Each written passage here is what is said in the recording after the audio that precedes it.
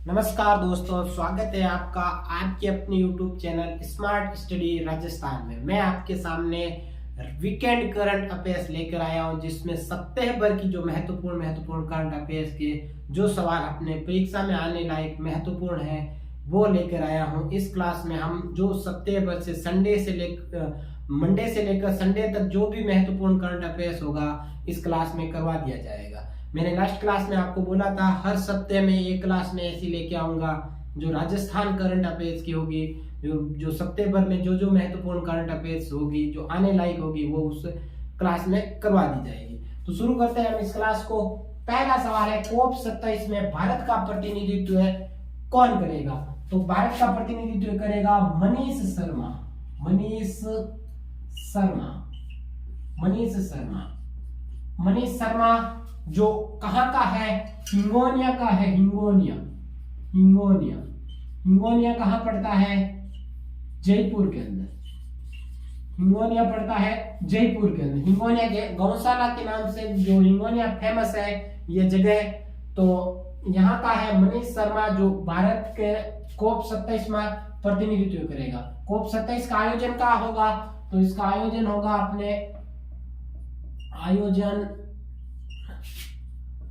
शरम अल शेख के अंदर। शरम अल शेख कहां पड़ता है? शरम अल शेख पड़ता है मिस्र के अंदर।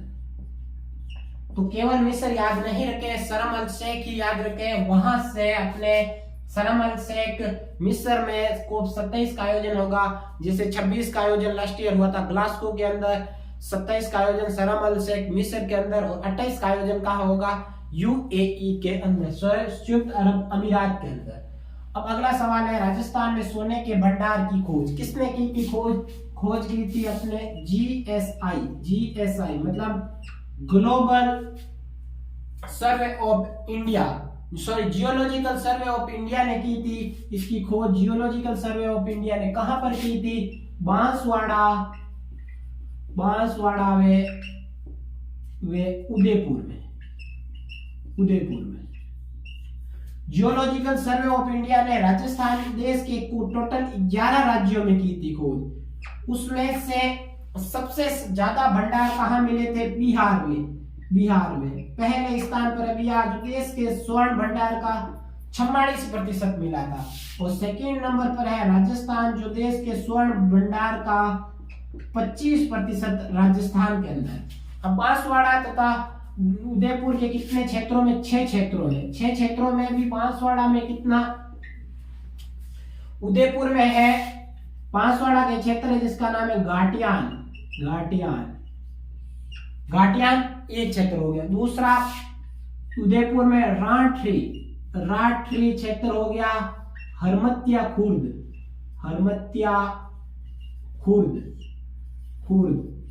खुर्द हो गया। देवगांव अगला हो गया अपने जो उदयपुर तथा डूंगरपुर की सीमा पर है अपने, एक है अपने तालाब है जिसका नाम जड़प बावड़ी, एक है अपने बड़ा तालाब। तो उदयपुर की कितने? 5 जगह, राठरी, हरमतिया खुर्द, देवगांव, जड़प बावड़ी, बड़ा तालाब, ये 5 जगह। तो उदयपुर की एक जगह घाटियान, किसका? बांसवाड़ा में वर्तमान में सोना निकाला जाता है 2 जगह पर, आनंदपुरा भूकिया तथा जगतपुरा भूकिया नामक स्थान पर। यह हमारे लिए महत्वपूर्ण है आने लायक। ईसरदा पेयजल परियोजना हाल ही में चर्चा में है क्योंकि इसके लिए बजट की जो स्वीकृति दे दी गई, कितनी स्वीकृति दी गई है? 3651 करोड़ के बजट की स्वीकृति दी गई है राज्य सरकार द्वारा। इसके तहत कितने जिलों में? ये अपने 2 जिलों में होगी।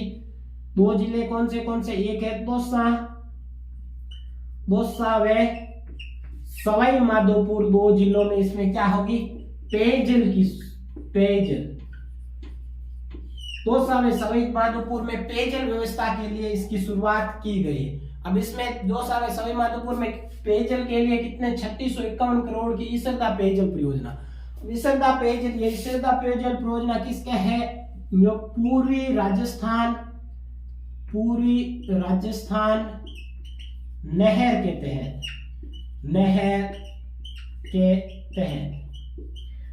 पूर्वी राजस्थान नहर बहुत ही चर्चा में चली थी। जो राष्ट्रीय नहर का दर्जा दिलाने के लिए सीएम अशोक गहलोत ने बहुत बार अपने केंद्र सरकार को पत्र भी लिखा था, लेकिन अभी तक घोषित नहीं हुआ था। पूर्वी राजस्थान नहर राजस्थान के पूर्व के 13 जिलों में पेयजल व्यवस्था तथा सिंचाई के लिए प्रारंभ की जा रही है। आगे देखते हैं अगला सवाल। Black chain centre of excellence की स्थापना के लिए कितने स्वीकृति दी गई है? 33.28 करोड़ रुपए की पूछा जा सकता है। और इसकी स्थापना के लिए अपने ट्रिपल आईटी कोटा से क्या हुआ है? MOU मतलब हस्ताक्षर हुआ, उससे उनके समझौता हुआ इन दोनों के मध्य। अब इसके सरकार तथा ट्रिपल आईटी कोटा के मध्य समझौता हुआ है। ट्रिपल आईटी कोटा के मध्य ये क्या करेगी? ये ई गवर्नेंस में पारदर्शिता में सुरक्षा के बढ़ावा हेतु किसकी? ब्लॉकचेन सेंटर ऑफ एक्सीलेंस की स्थापना की जाएगी। कितने लागत से? 33.28 करोड़ की लागत से स्थापना कहाँ की जाएगी अभी फिक्स नहीं है, लेकिन ट्रिपल आईटी कोटा के साथ इसका क्या हुआ है? MOU मतलब सरकार तथा ट्रिपल आईटी कोटा के मध्य समझौता हुआ स्थापना के लिए। क्या कार्य करेगी? ई गवर्नेंस राज्य सरकार की जो योजनाएं होती है, राज्य सरकार द्वारा जो घोषणाएं की जाती है उसका सही रूप से अमल हो रहा है, सही कार्य हो रहा है, इसका नहीं हो रहा है, इसके लिए ट्रिपल आईटी यह कार्य करेगी। कौन सा? ई गवर्नेंस में पारदर्शिता के लिए तथा सुरक्षा को बढ़ावा देने के लिए। यहां तक हो गया। अब आगे देखते हैं हम।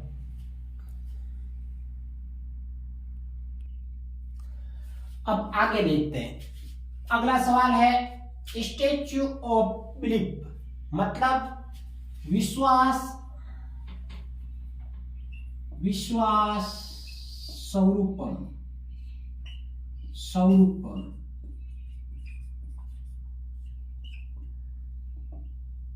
विश्व की सबसे ऊंची शिव की प्रतिमा स्थापित की गई कहां पर? नाथद्वारा में। नाथद्वारा पड़ता है राजसमंद के अंदर। इसका नाम क्या दिया गया? स्टैच्यू ऑफ बिलीफ मतलब क्या होता है? विश्वास स्वरूपम। क्या है? विश्व की सबसे ऊंची शिव प्रतिमा।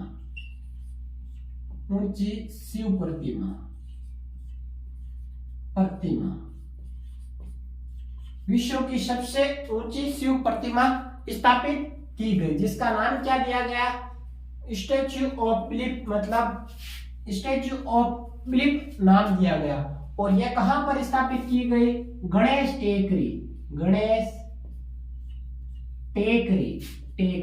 टेकरी कहां पर पड़ती है? अपने गणेश टेकरी नाथद्वारा कहां पड़ता है? अपने राजसमंद के अंदर। और इसका निर्माण किसके द्वारा करवाया गया? निर्माण करवाया गया मदन पालीवाल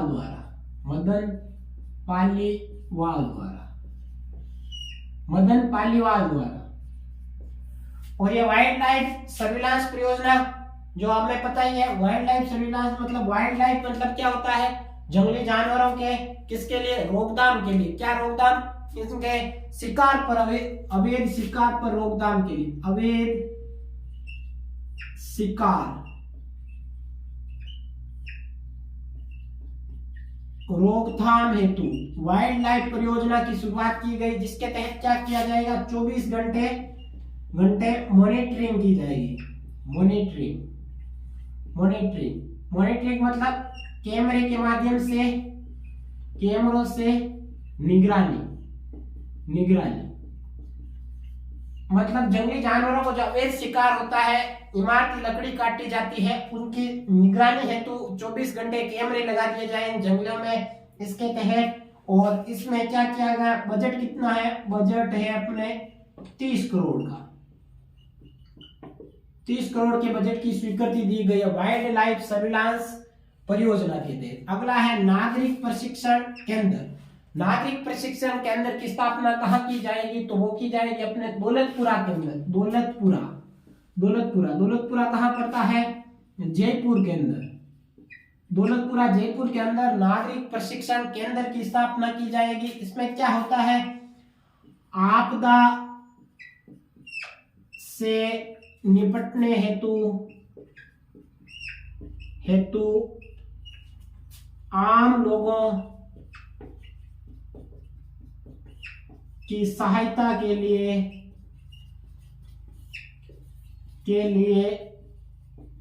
युवाओं का प्रशिक्षण दिया जाएगा। इसके तहत क्या किया जाएगा, नागरिक प्रशिक्षण केंद्र जिसकी स्थापना दौलतपुरा जयपुर के अंदर की जाएगी। मतलब कहीं भी अगर आपदा घटित हो जाती है तो उस आपदा में युवाओं का, वहां के युवाओं को प्रशिक्षण दिया जाएगा, जहां के तहत वहां की महिलाएं, दिव्यांग हो, बुजुर्ग हो, उनको क्या दी जाएगी, इनके द्वारा सहायता दी जाएगी। मतलब वहां जैसे कोई बाढ़ आ गई तो बाढ़ से वहां बाहर निकाला जाएगा इनके द्वारा। अगला है जयपुर लिटरेचर फेस्टिवल, जिसका आयोजन 16 से लेकर 23 जनवरी 2023 को आयोजन होगा। कल ही घोषणा की गई थी, यह 2023 को होगा, 16 से 23 जनवरी, 23 से 23 2023। 16 से संस्करण कौन सा हो गया, संस्करण हो गया अपने 16वां। अगला देखते हैं गरुड़ युद्धाभ्यास। गरुड़ किसके मध्य होता है, भारत व फ्रांस के मध्य, भारत व फ्रांस के मध्य, वायुसेना के मध्य, किसके, वायुसेना के मध्य, वायुसेना, भारत व फ्रांस की वायुसेना के मध्य गरुड़ 7 मतलब 7वां संस्करण है। कहाँ आयोजन होगा, आयोजन होगा अपने, आयोजन होगा कहां पर, जोधपुर में, जोधपुर एयरबेस पर। जैसे अल-नजह भी जोधपुर में हुआ था, भारत ओमान के मध्य, वो जो पूछ लिया गया था किसमें, फर्स्ट ग्रेड के एग्जाम में, तो ये भी पूछा जा सकता है, हमारे लिए महत्वपूर्ण है। कौन सा, गरुड़ 7 युद्धाभ्यास। इसके तहत तेजस जो भारत की स्वदेशी विमान है और फ्रांस का है राफेल, इनके मध्य जो मतलब मुकाबला होगा इस मतलब युद्धाभ्यास के अंदर, जो किसका नाम है, गरुड़ 7 युद्धाभ्यास। कहाँ आयोजित होगा, गरुड़ 7 युद्धाभ्यास, गरुड़ 7 युद्धाभ्यास आयोजित होगा अपने जोधपुर एयरबेस पर। अब इसके आगे देखते हैं, अगला क्या है, जयपुर मेट्रो का विस्तार। जयपुर मेट्रो राजस्थान के एकमात्र जिले में जहां मेट्रो संचालित होती है, जयपुर मेट्रो का संचालन Jaipur metro railway corporation limited कर रहा है। इसका गठन कब हुआ था, गठन हुआ था 1 जनवरी 2010 को। अब जयपुर मेट्रो का मतलब विस्तार के लिए बजट भी राजस्थान सरकार ने एक बजट घोषित किया था इस साल का जो चल रहा है 2022-23 का। इसमें बजट के तहत क्या कहा था कि फर्स्ट डी, जो फेज फर्स्ट डी है ना, उसके लिए कितना बजट की स्वीकृति दी है, वित्तीय स्वीकृति कितने दी है, अपने 204.81 करोड़ वित्तीय स्वीकृति दी गई है। यह बजट 2022-23 के तहत कहा गया था कि फेज फर्स्ट डी का क्या किया जाएगा, निर्माण किया जाएगा। अब क्या होता है फर्स्ट डी, ये फेज क्या होता है, क्या है कि इसके द्वारा जो संचालन किया जाता है जयपुर मेट्रो का, किसका, जयपुर मेट्रो।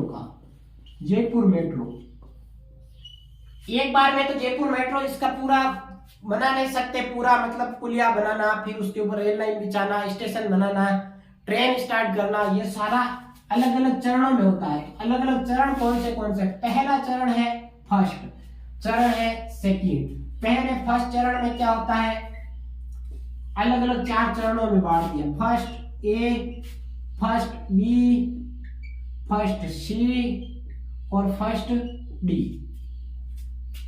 इसके तहत क्या है, फर्स्ट ए के तहत है अपने मानसरोवर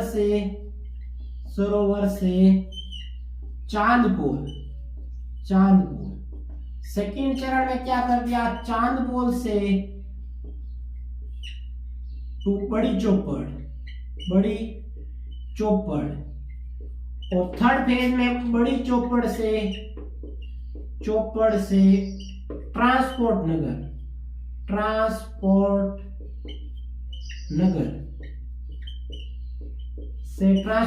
और फोर्थ चरण जो भी है बनेगा वो मतलब कितने, मानसरोवर से अपने मानसरोवर से अजमेर रोड चौराहा, यहां तक अजमेर रोड चौराहा तक, यह है फर्स्ट डी। पहले चरण की शुरुआत संचालन कब हुई थी, संचालन हुआ था अपने 3 जून 2015 को। और यही एसआई के पेपर में पूछा गया था, राजस्थान में पहली बार जयपुर मेट्रो का संचालन कब हुआ, तो 3 जून 2015 को। अब मानसरोवर से अजमेर रोड चौराहे तक इसके निर्माण के लिए कितनी वित्तीय स्वीकृति जारी की गई, 204.81 करोड़। और सेकंड ये क्या है, सीतापुरा से अंबाबाड़ी। और इसके निर्माण के लिए टोटल कितने खर्च हो गए, 5000 करोड़ हो गए। तो एक साथ तो इतने वित्तीय स्वीकृति दे नहीं सकते और इतने एक समय में इतना बन भी नहीं सकता, इसलिए अलग अलग फेज में इसका गठन होता है, निर्माण होता है। अब अगली है एक योजना है डॉक्टर भीमराव अंबेडकर दलित आदिवासी उद्यम प्रोत्साहन योजना। इसमें क्या होता है, एससी व एसटी के नए उद्यमों के लिए, उनको प्रोत्साहन देने के लिए, नए उद्यमियों के लिए क्या होता है, उद्यमियों के लिए एससी तथा एसटी के लिए ही है। जो एससी एसटी से बिलोंग करने वाले उद्यमी होते हैं वो अपने निवेश की इकाइयां गठित करते हैं, उनको प्रोत्साहन देने के लिए राज्य सरकार ने अभी गठित किया था डॉक्टर भीमराव अंबेडकर दलित आदिवासी उद्यम प्रोत्साहन योजना। ये किसका, इसका संचालन किसका द्वारा संचालन करेगा, अपने उद्योग व वाणिज्य विभाग। उद्योग विभाग का गठन कब हुआ था, उद्योग विभाग का गठन हुआ था 1949 में। घटना अगस्त 2021 में इसका नाम बदलकर, उद्योग विभाग का नाम बदलकर उद्योग तथा वाणिज्य विभाग कर दिया। यही वह उद्योग तथा वाणिज्य विभाग है जो इसका संचालन करेगा। और इस योजना के तहत क्या प्रावधान है, प्रावधान क्या क्या है, तो प्रावधान है अपने 25 लाख रुपए के ऋण पर 9% ब्याज अनुदान। और 25 लाख से 5 करोड़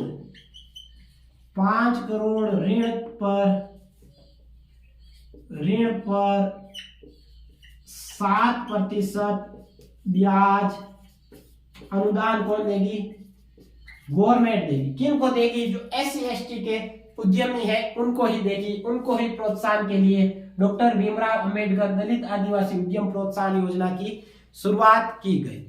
तो यहां तक जो महत्वपूर्ण करंट अफेयर्स थी वीकेंड की, वो पूरे सप्ताह की मैंने करवा दी है। आगे भी ऐसे ही संडे को क्लास लेके आता रहूंगा मैं रेगुलर, आप साथ में लिखते रहना। और जो महत्वपूर्ण छोटी मोटी करंट अफेयर्स होती है वो मैं अपने Telegram channel smart study Rajasthan पर देता हूँ। जो इस चैनल से जुड़े हुए हैं वो देखते हैं, लिखते हैं। अगर आप नहीं जुड़े हुए हो तो डिस्क्रिप्शन बॉक्स में मैं लिंक डाल दूंगा, कमेंट बॉक्स में भी डाल दूंगा, आप वहां जाकर जुड़ जाएं इस चैनल से।